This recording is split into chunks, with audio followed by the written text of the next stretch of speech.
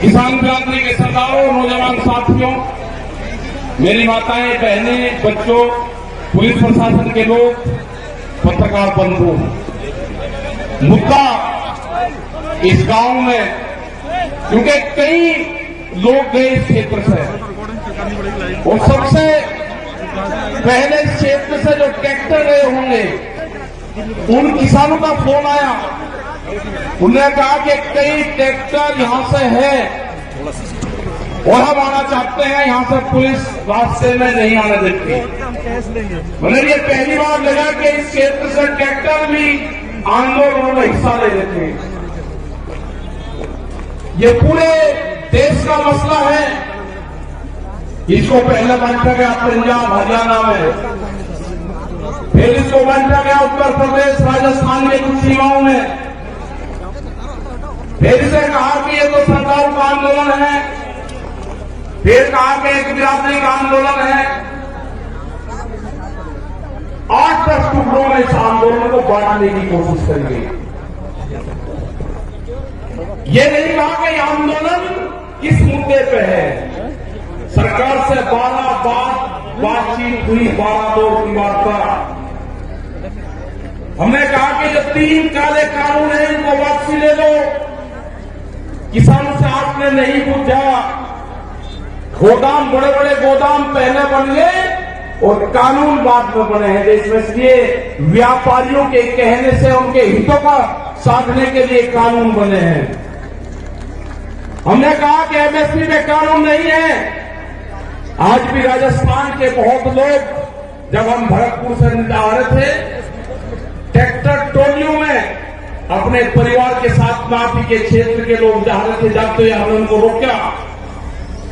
उन्होंने कहा कि बाजरा है हमारे पास में, गेहूं है, हम इसको मंडी में बेचने जा रहे हैं। उनसे पूछा कि बाजरे का एमएसपी का रेट क्या है जो भारत सरकार ने तय करा।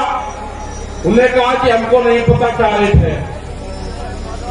मतलब आज भी देश में ये हालात है कि किसान को सरकारी रेट का नहीं पता। मंडियों में उसकी बोली लगती है। जो किसान अपने घर से अनाज लेकर चला गया, व्यापारी उसकी बोली लगाएगा, उसको उसकी कीमत का नहीं पता कि क्या मिलेगा। बाजरे का 2100 रुपए का भाव है। हमने कहा कि आपको कहना कि जो सरकारी रेट है उसके कम पे मैं खरीद नहीं करूंगा, आप वहीं पे बैठ जाना। वो 1100 से 1200 रुपए में बाजरे को बेच पाएगा किसान, 1400 और 1500 रुपए में गेहूं को बेच पाएगा। जब उसकी फसल 1 महीने बाद में उसकी फसल आ जाएगी, उसके घर में अनाज रखा है, उसको बेचने गया है। लड़ाई यही है। लड़ाई किसी जाति की नहीं है। लड़ाई है कि एमएसपी पे कानून बने। मिनिमम सपोर्ट प्राइस जो है 1975 रुपए से कम पे गेहूं का भाव नामित हो। वो चाहे सरकार खरीदे या कोई व्यापारी खरीदे, उसके कम पे खरीदना हो। 2100 रुपए के आसपास का बाजरे का रेट है। बाजरा उसके कम पे खरीदना हो। मक्का 1700-1800 रुपए का रेट है, उससे कम पे खरीदना हो। धान में 1800 रुपए से कम पे खरीदना हो। यह है कानून। इसके लिए लड़ाई वहां पर चल रही है। 100 दिन के आसपास लोग आ रहे हैं। सरकार तैयार नहीं है। सरकार ने कहा कि किसान की जब फसल की कटाई होगी, किसान अपने खेत में आ जाएगा, आंदोलन अपने आप खत्म हो जाएगा।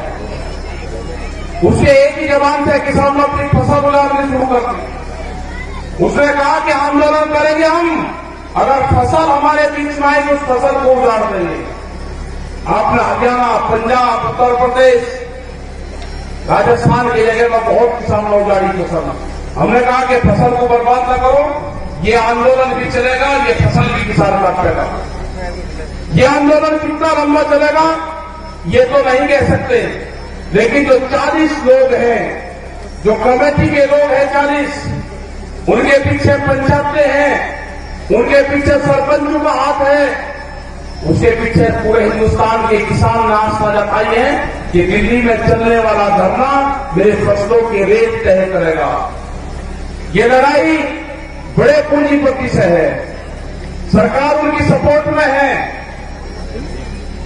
ये लड़ाई वही है जो जमींदारों के खिलाफ होती थी। ये लड़ाई वही है जो राजाओं के खिलाफ होती थी। वो लड़ाई भी अनाज की लड़ाई थी, ये लड़ाई भी अनाज के रेत की लड़ाई है।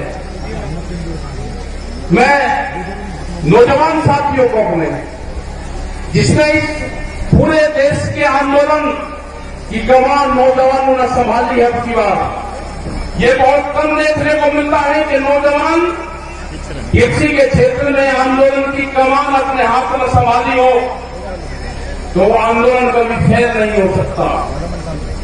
वो आंदोलन फेल नहीं होगा कभी भी, क्योंकि जिस तरह से शाहजहांपुर और पूरे दिल्ली के क्षेत्र में यहां का नौजवान निकला है, उसने जाति धर्म सब चीज को भुला के, वोट को भुला के कि कौन किस क्षेत्र का है, मेरी वहां पर आपस में क्या लड़ाई क्या तकरार है, सबको चीज को भुला के उसने दिल्ली के आंदोलन में शरीक हुआ। जिस तरह से यहां पर लोग इकट्ठा कर रहे हैं पैसा, सरकार कहती है कि धन कहां से आ रहा है। इस आंदोलन को गांव का किसान चलाता है, इस आंदोलन को हल चलाने वाला किसान चलाएगा, इस आंदोलन को क्रांति से काम करने वाली हमारी महिलाएं चलाएगी, इस आंदोलन को हाजी और पाजी चलाएगा। यह आंदोलन क्रांति का आंदोलन है, यह आंदोलन फेल नहीं होगा। एग्रीकल्चर जो कृषि में काम आने औजार वाले जो हैं, इस आंदोलन को वही लोग चलाएंगे जो अपने खेतों में हाथ से काम करते हैं। कोई नहीं गया घर वहां से, यहां पर बच्चे राजाराम जी मीर जी है, यहां पे युद्धवीर सिंह जोगिंदर जी, अमनाराम जी, जो आपके शाहजहांपुर बॉर्डर को तुम मुख से देखते हैं। आप 200-200 किलोमीटर से यहां से जाते हो आप, और दिल्ली को होश नहीं अभी। कई लाख आदमी दिल्ली के चारों तरफ को है, और दिल्ली फिर कान खोल कर सुन ले, ये ट्रैक्टर भी वही है, ये किसान भी वही है। आप ज्यादा तानाशाही दिखाओगे, ये किसान आपकी बार में ज्यादा तादाद में दिल्ली में जाएगा, ज्यादा तादाद में किसान जाएगा। यहां की फसल कट जाएगी हमारी 1 महीने में। ये कह रहे हैं कि किसान ट्रैक्टर से नहीं आएगा दिल्ली, ये किसान दिल्ली ट्रैक्टर से ही आएगा। जब इसको दिल्ली कोच करेंगे, ये किसान अपना ताम झाम लेकर आएगा। हर क्रांति होगी देश में, खेत में चलने वाला हर औजार वो साथ लेकर आएगा। जब जब भी बड़ी बड़ी लड़ाइयां हुई, उसमें साथ लेकर चला है। वो जानते हैं ये कौन सा क्षेत्र है, ये बेहद क्रांतिकारियों का क्षेत्र राजस्थान। बड़ी बड़ी लड़ाइयां यहां पर लड़ी गई, ये किसान पीछे नहीं हटेगा। जो मेरा नौजवान साथी है वो पीछे नहीं हटेगा। अपने खेत की मिट्टी को जब दिवाली होली अब आएगी, दुल्हनी आएगी, रंग नहीं लगाना अपनी बार, अपने गांव की खेत की मिट्टी अपने शरीर पे लगा देना, उससे अपने शरीर को टच करवा लेना अपने खेत की मिट्टी से। जब आप दिल्ली लड़ने जाओगे अब की बार, अपने खेत की मिट्टी अपने साथ लेके जाना। हो सकता है कि वहां से आपका गांव आपके याद आए। जब मिट्टी आपके साथ में रहेगी तो गांव याद नहीं आएगा आपके। अपने खेत की मिट्टी अपने पूजा स्थान में रखो। अगर ये आंदोलन में किसान फेल हुआ तो 20 साल में आपकी जमीनें नहीं बचेगी, इतना कर्जा किसानों को आ जाएगा।